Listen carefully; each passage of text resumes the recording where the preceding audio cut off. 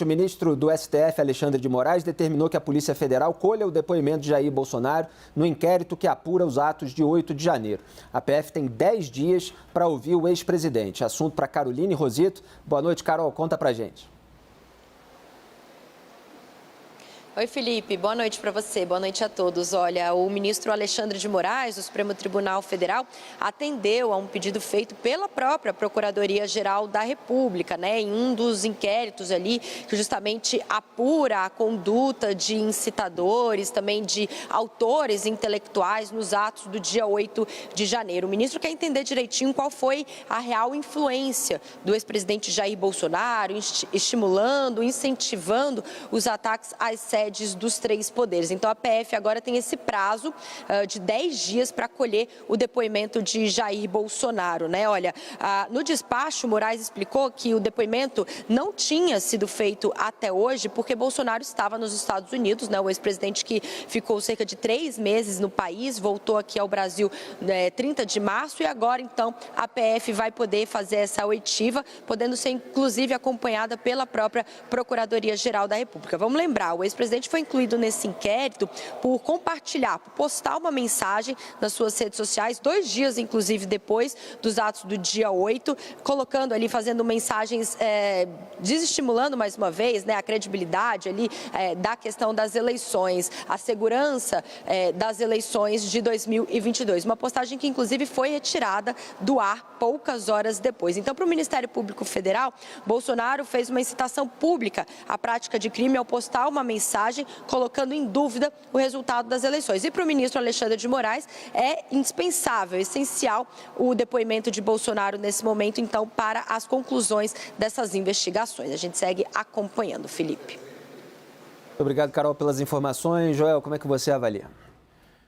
Olha, Bolsonaro, desde que perdeu as eleições, tínhamos manifestantes se organizando e clamando por um golpe de Estado na frente dos quartéis. Bolsonaro preparou esse discurso dos manifestantes muito antes disso, inclusive, como a gente já discutiu aqui, com o discurso falso, mentiroso, acusando as nossas urnas eletrônicas. Discurso que foi reproduzido pelos manifestantes. Dessas aglomerações na frente de quartéis, a gente viu sair noites de vandalismo, primeiro ponto, em Brasília, queimando automóveis. A gente viu sair uma tentativa de ataque terrorista. A gente viu as crenças mais delirantes sendo livremente trocadas de uma pessoa para outra. E, num dado momento, acreditaram que o Lula tinha morrido e trocado por um dublê de corpo. Chegou nesse nível, a loucura do pessoal, de muitas pessoas que estavam acampadas. Ou seja, um nível que é perigoso, porque esse nível de descolamento da realidade, você sabe, qualquer pessoa que esteja tão descolada assim pode muito bem recorrer à violência. Tem aquela outra cena de quando eles são informados de que o Moraes foi preso. E celebram, fake news, e celebram, e tem pessoas que choram, inclusive. Num estado emocional muito perto do desequilíbrio completo. Assim. Então, pessoas que estavam ali e estavam clamando para o presidente durante todo aquele fim de mandato. Em nenhum momento ele se manifestou sobre nada. Pelo contrário, a esposa dele orou junto dessas pessoas.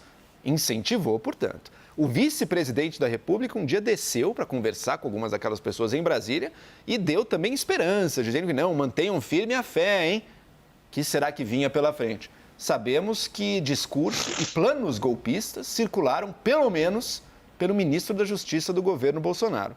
Bolsonaro saiu do Brasil um pouco antes disso tudo, foi para os Estados Unidos, manteve seu silêncio, sabia dos planos, sabia das intenções, sabia que aquelas pessoas estavam, assim, não estavam nem aí para a democracia brasileira porque estavam chorando, clamando por um golpe de Estado por parte dos militares.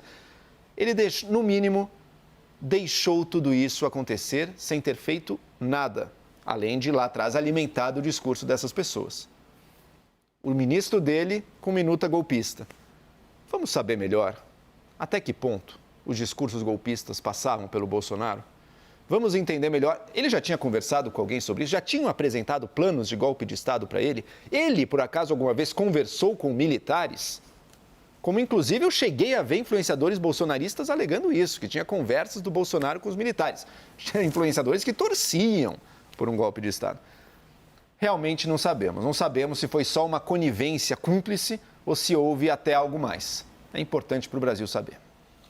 Muito bem, e a decisão do ministro Alexandre de Moraes cita ali uma postagem que Jair Bolsonaro fez 2 dias depois, era um promotor, estava tentando lembrar aqui o cargo, era um procurador do estado de Mato Grosso do Sul, que estava divulgando ali teses infundadas, já desmentidas, sobre as eleições de outubro, dizendo que o povo não tem poder, sobre o processo de apuração dos votos, e pelo menos 110 mil visualizações já existiam. Vamos ver se sai aí algum dado oficial de um monitoramento dentro desse processo, quando a postagem foi apagada. Então, Jair Bolsonaro, ele ainda jogou lenha nesse caldeirão, vamos dizer assim, para dizer o mínimo. Diga, Janaína. Então, eu li a decisão do ministro e, assim, a rigor, a incitação vem antes, né?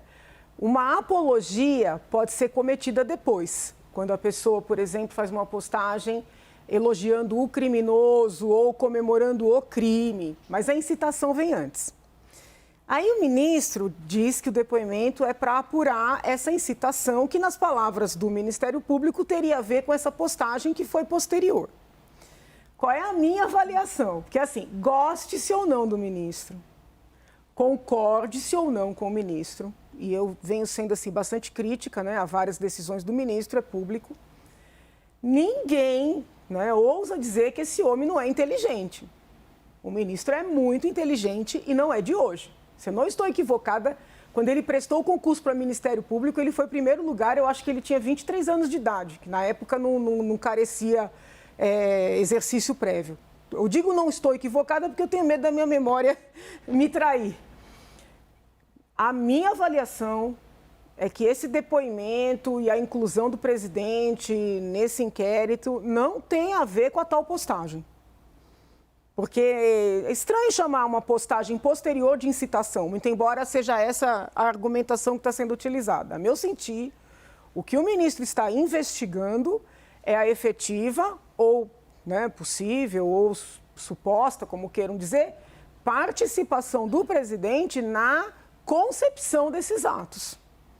Se ele não teria participado incitando os próprios atos, né, planejando, e nesse contexto, né, eu acho que, e reforça essa minha tese, o fato da minuta lá do suposto golpe, que foi encontrada na casa do ministro Torres, que está preso, e acredito que essa prisão, neste momento, ela já é excessiva, tá? Mas que o ministro, dessa minuta, que foi inclusa lá no processo do Tribunal Superior Eleitoral, mas que está sendo investigada aqui, né, na apuração dos atos. A meu sentir, é uma suposta eventual participação do presidente nos atos em si que o ministro está investigando. Porque, com todo respeito, fosse apenas a postagem, eu não vislumbraria elementos, nem materialidade para colocar alguém nesse inquérito. Né? Mas é uma hipótese. Boris, a sua avaliação. Felipe, há uma disposição na sociedade, no andar de cima, como dizem alguns, de alguma maneira, punir uma disposição contra Bolsonaro. Começa aí. Agora, o fato de ele ser convocado, o fato de ele ser intimado, ele é hoje um cidadão comum. Eu acho que ele vai poder esclarecer as dúvidas, as acusações e tem chance de se defender oficialmente de todas as histórias que aqui, por exemplo, foram colocadas, de todas as hipóteses de participação dele. Ele é um cidadão comum, está sujeito à lei. Essa convocação, essa intimação é legal, é importante para o país e também uma chance para ele se defender desses indícios, acusações que pairam sobre a atuação dele, ex-presidente da República.